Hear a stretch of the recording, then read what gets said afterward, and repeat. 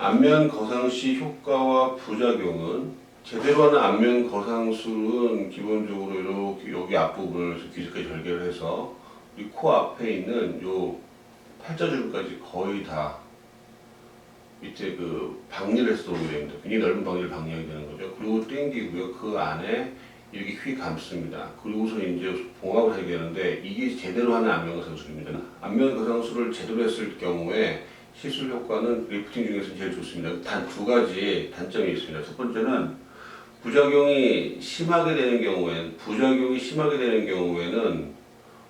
치명적이라는 거예요. 생기면 치명적이라는 겁니다. 두 번째는 그 안면 거상술을 제대로 한 경우에는 여러 번 받기에는 굉장히 몸이 부담스럽다는 거죠. 예를 들자면 첫 번째 수술을 제대로 하고 난 이후에 2차 수술을 몇 년 뒤에 받으려고 한다면요. 그 안쪽에 있는 신경이라든지 아니면 혈관이라는 부분이 그 기존에 있던 배치와는 조금씩 달라지기 때문에 의사가 그걸 찾기가 굉장히 어려워집니다. 그리고 잘 아다시피 재수술은 뭐든지 결과가 어느 건데 첫 번째 수술보다 조금씩 떨어지기 마련입니다. 따라서 우리가 안면 거상술을 해서 한 100점 만점에 100점을 맞고 그 다음 2차 안면 거상술 때 뭐 50점 맞는 것보다는 그냥 실리프팅으로 해서 80점, 90점으로 지속적으로 끌고 가는 것이 훨씬 더 안전하다고 지금 생각을 하고 있고 얼굴에 무리가 없다고 생각을 하기 때문에 실리프팅이 지금 유행인 것입니다. 부작용을 말씀을 드리면 뭐 심한 경우에 괴사, 뭐 얼굴에 틀어짐, 우리가 기본적으로 미국에 오는 무슨 뭐 영화 배우들이 반복해서 수술 받은 경우에는 마치 마스크를 쓴 것처럼 굉장히 부자연스러워지는 부분들이 있고요. 그다음에 신경마비라든지 근육마비가 좀 치명적인 형태가 될 수 있고요. 얼굴은 중력에 의해서 아래로 떨어지는데요. 당기는 건 이쪽 사선으로 당기거든요. 예.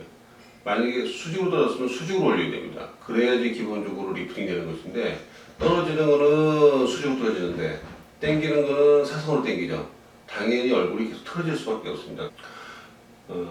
안면 거상 수술이 무서운데 안전한가요? 예, 안면 거상 수술은 비교적 1차 시술은 대부분 안전합니다. 근데 2차 시술부터 이제 조금 어느 정도까지는 좀 의사의 숙련도를 요하고요. 기본적으로 안면 거상 수술이 시작된 것은 백인 쪽에서 이제 시작이 됐습니다. 근데 백인에 비해서 상대적으로 덜 처지는 동양 사람이 꼭 위험을 감수하면서까지도 꼭 절개를 해야 되느냐. 그리고 100세 시대에 여러 번 리프팅을 받을 수 있어야 필요할 수 있는데 이런 거상술은 한 번 하면 두 번째부터는 시술이 좀 어려워진다.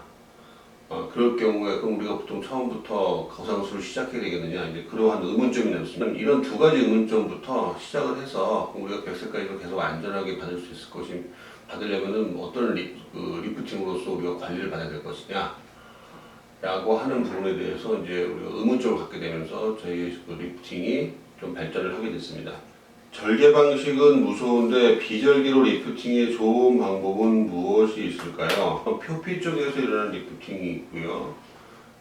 표피 깊숙이 깊숙한 곳에서 하는 리프팅 두 가지로 크게 나눌 수 있고 이러한 안면 거상술은 세 가지의 핵심 요소를 가지고 있습니다. 첫 번째는 절개의 선을 귀 앞서부터 귀 뒤까지 한 15에서 20cm 정도를 제대로 하셔야 되고요.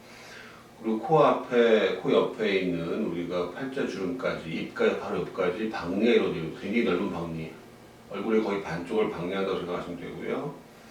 그리고 그 안쪽으로 스마스를 휙 감아서 여기 귀 위쪽 부분에 우리가 근막에다가 걸어주게 됩니다. 그리고 다시 이제 봉합을 하게 되죠.